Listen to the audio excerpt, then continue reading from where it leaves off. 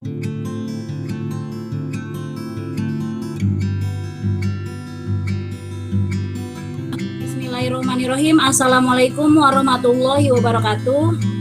Waalaikumsalam warahmatullahi wabarakatuh. Alhamdulillah. Apa kabar semuanya anak-anakku? Baik, Bu. Alhamdulillah baik. Alhamdulillah siang hari ini yaitu di mata pelajaran IPPD tetap semangat, tetap fokus agar bisa memahami materi ini dengan baik.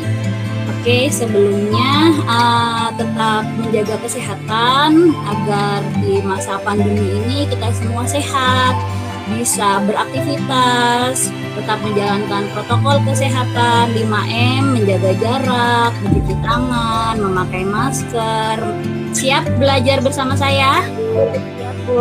Oke, sebelumnya ketua kelasnya Aulia Puspita untuk dipimpin doa. Silakan Aul. Baik, Bu. Baik teman-teman, sebelum memulai pelajaran dapat kita berdoa untuk agama dan Kristen masing-masing. Berdoa dimulai. Berdoa selesai. Oke, terima kasih Aul. Tapi saya cek lagi ya untuk yang hadir di Google Meet siang hari ini. Alifa Zahra, ya, Aulia, Cindy. Hadir, Bu. Apakah sudah disediakan alat-alat untuk kita belajar hari ini? Buku modul yang sudah saya kirimkan dan juga LKPD sudah disiapkan. Terima kasih. Ya, sebelum kita memulai pelajaran, saya akan mereview sedikit nih mengenai pembelajaran minggu lalu. Minggu lalu kita belajar tentang apa ya? Penyakit menular. Ya, benar sekali. Penyakit infeksi dan menular. Ada yang bisa menjelaskan ke saya pengertiannya? Saya, Bu. Ya, silakan Aul.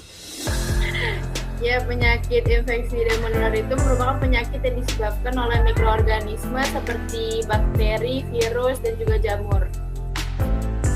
Ya, benar sekali. Benar sekali, alhamdulillah masih mengingat semua ya materi minggu lalu ya. Kali ini kita akan mempelajari mengenai penyakit infeksi menular masih di KD yang sama, yaitu tentang TBC. Yang kita pelajari masih di kompetensi dasar 3.14, yaitu menerapkan pemeriksaan penyakit infeksi dan menular, yaitu penyakit TBC. Untuk indikatornya adalah menganalisis, menelaah manifestasi klinis dari penyakit TBC ini. Untuk tujuan pembelajarannya ini yaitu diharapkan peserta didik dapat menganalisis penyakit TBC, dapat menelaah manifestasi klinis dari penyakit TBC. Lalu untuk yang dilakukan penilaian ini saat proses pembelajaran ini adalah saya akan menilai sikap, yaitu sikap dalam proses pembelajaran. Untuk pengetahuan nanti saya akan melakukan penilaian melalui Google Form yang sudah dan juga keterampilan yaitu dari hasil proyek kalian. Jadi untuk proses pembelajarannya, jadi nanti kita akan mengamati sebuah video dan juga sebuah berita kasus yang terjadi saat ini. Lalu kita akan mendiskusikan, lalu kalian nanti akan mendesain untuk pembuatan proyek berdasarkan itu untuk proses pembelajarannya. Apakah sudah jelas dari tujuan dan juga penilaian serta proses pembelajaran materi yang akan kita pelajari hari ini? Apakah kalian pernah mendengar penyakit TBC? Pernah, Bu. Pernah ya? Oke. Ya, penyakit TBC yang pernah kalian dengar itu seperti apa? Penyakit yang menyerang paru-paru bukan, Bu? Ya, betul. Salah satunya menyerang paru-paru, tapi tidak hanya paru-paru, bisa terkena organ yang lain. Sebagai calon tenaga kesehatan nih, anak-anakku semua, upaya apa nih yang bisa kita lakukan untuk mencegah penyebaran penyakit TBC? Edukasi. Ya, bisa dengan edukasi. Penyuluhan. Ya, bisa edukasi ataupun melakukan penyuluhan. Ini terkait adalah untuk materi yang akan kita pelajari hari ini, yaitu mengenai penyakit TBC. Sebelumnya, yuk kita lihat untuk video ini. Silakan kalian amati video ini ya. Lebih dari 800.000 orang di Indonesia menempati sebuah negara dengan menderita tuberkulosis banyak di dunia setelah India. Penanganan penyakit menular ini semakin sulit ketika seluruh layanan kesehatan dan petugas medis. Sudah kalian amati video yang tadi saya tampilkan? Sudah, Bu. Nah, kita akan diskusi mengenai video ini ya. Dari yang tadi sudah kamu tonton videonya, apa yang bisa kamu tangkap dari video ini? Silahkan. Tingginya penderita TBC di Indonesia bahkan nomor 2 di dunia. Terus di saat pandemi ini semakin sulit pengobatan TBC. Terus faktor-faktor yang mengaruhi TBC itu ada sanitasi yang buruk, lingkungan yang kurang terjaga kebersihannya, serta kurang gizi atau malnutrisi. Ya, benar sekali apa yang dikatakan Hadijah. Jadi memang tinggi sekali penyakit TBC di Indonesia. Bahkan di dunia ini Indonesia menempati urutan kedua tertinggi. Ada lagi yang bisa menjelaskan dari video tersebut? Silahkan.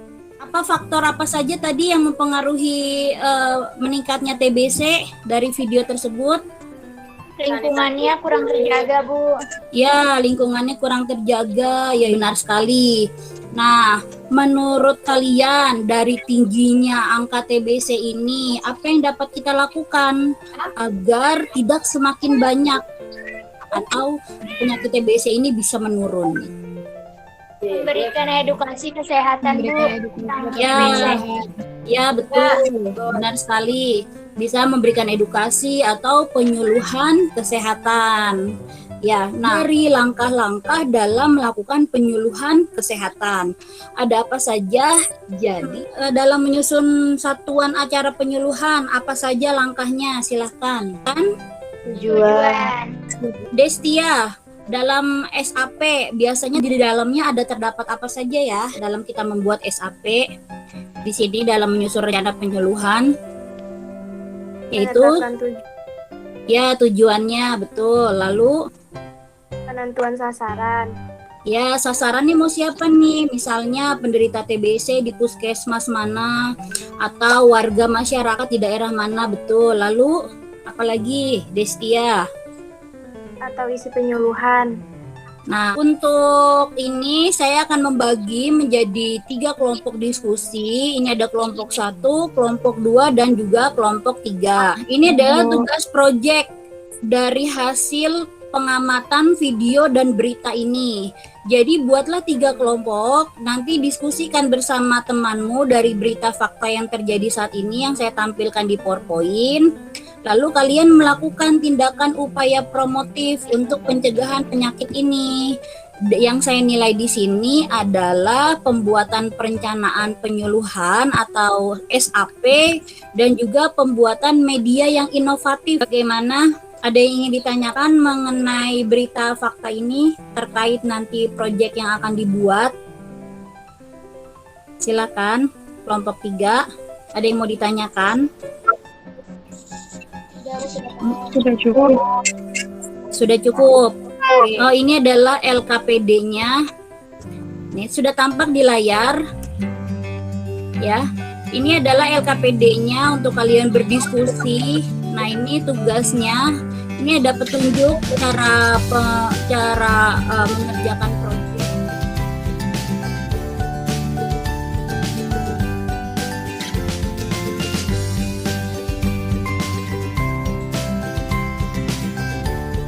Saya sudah melihat juga, jadi sudah sebagian besar kelompok sudah selesai semua ya. Sudah siap? Oke.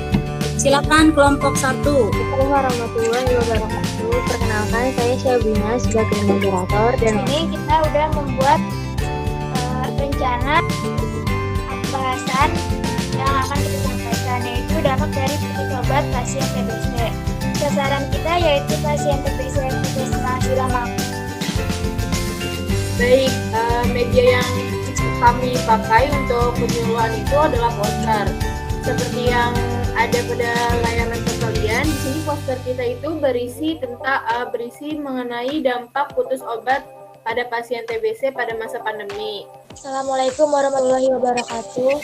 Perkenalkan, saya Cindy dari kelompok 3 ingin bertanya, apakah seseorang yang putus obat ini dapat menyebabkan kematian? Terima kasih. Baik, pertanyaannya akan dijawab oleh Wardah. Langsung dijawab sekarang aja ya. Untuk pasien TBC yang putus obat itu memiliki resiko kambuh yang lebih tinggi serta meningkatkan resiko kematian akibat TBC itu sendiri. Lalu pasien putus obat ini juga menjadi masalah secara kesehatan masyarakat karena dapat menularkan infeksi kepada orang lain. Itu aja. Waalaikumsalam warahmatullahi wabarakatuh. Beri aplaus untuk kelompok 1. Ya, terima kasih kelompok 1. Kelompok 1 sudah membuat SAP atau Satuan Acara Penyuluhan dengan baik sekali, di mana di situ sudah lengkap dari mulai sasarannya, tujuannya. Di sini saya akan mempresentasikan tentang Satuan Acara Penyuluhan yaitu SAP. Pada pokok pembahasannya kami tentang pencegahan TBC lingkungan yang padat penduduk. Sasarannya itu pada anak remaja Karang Taruna Nurul Falah. Metodenya kami menggunakan ceramah dan diskusi. Aku dari kelompok 1 mau nanya, kan kalau misalnya kita udah hidup di lingkungan yang bersih, apakah kita masih bisa terpapar bakteri TBC tersebut? Saya ingin menjawab pertanyaan dari Aulia Puspita dari kelompok 1. Jawabannya adalah bisa, terlebih dengan kondisi lingkungan dengan penduduk yang padat dapat memicu atau mendukung berkembangnya bakteri penyebaran. Kelompok 3 mempresentasikan SAP atau Satuan Acara Penyuluhannya. Setelah mengikuti penyuluhan ini, diharapkan pasien mampu mengetahui apa yang dimaksud dengan penyakit TBC, tanda dan gejalanya, pengertian nutrisi, jenis-jenis nutrisi, apa yang dimaksud dengan malnutrisi, kemudian manfaat asupan nutrisi seimbang, kemudian cara meningkatkan nafsu makan pada pasien TBC. Selanjutnya poster kami satu itu mengenai pemenuhan nutrisi seimbang pasien. Sekian dari kami, kurang lebihnya mohon maaf. Wassalamualaikum warahmatullahi wabarakatuh. Waalaikumsalam warahmatullahi wabarakatuh. Beri aplaus untuk kelompok 3. Untuk SAP-nya sudah sangat jelas sekali, materinya pun sesuai, yaitu mengenai pemenuhan gizi yang seimbang pada pasien TBC dan juga terdapat evaluasi. Untuk medianya sudah ditampilkan jenis makanan, ada yang ingin merefleksikan pembelajaran kita hari ini. Ya, silakan Hadijah. Pembelajaran hari ini sangat menarik dan penting karena saya sebagai calon tenaga kesehatan harus bisa melakukan penyuluhan dengan baik agar dapat mencegah penyakit dan meningkatkan derajat kesehatan masyarakat. Ya benar sekali. Terima kasih Hadijah. Jadi penting ya, kita harus bisa melakukan penyuluhan kesehatan. Adakah yang bisa memberikan kesimpulan dari pembelajaran kita hari ini? Kesimpulan dari pembelajaran hari ini adalah mempelajari penyakit TBC dari mulai pengertian, tanda gejala, cara penularan, dan yang lainnya, dan mempelajari langkah-langkah dalam melakukan penyuluhan kesehatan. Ya, kita sudah mempelajari langkah-langkah apa yang perlu kita siapkan untuk melakukan penyuluhan. Nah, sudah ada SAP-nya, sudah sangat baik sekali, semuanya benar urutannya, materinya pun sesuai dengan tema yang saya minta. Nah, untuk pembelajaran minggu depan, kita akan belajar mengenai pemeriksaan sputum atau pemeriksaan BTA untuk mendiagnosis penyakit TBC. Tetap jaga kesehatan, menjaga protokol kesehatan agar kita bisa beraktivitas. Sebelumnya mari kita mengucap doa, mengucap hamdalah. Bismillahirrahmanirrahim. Alhamdulillah. Terima kasih semuanya. Sampai ketemu lagi dengan minggu depan.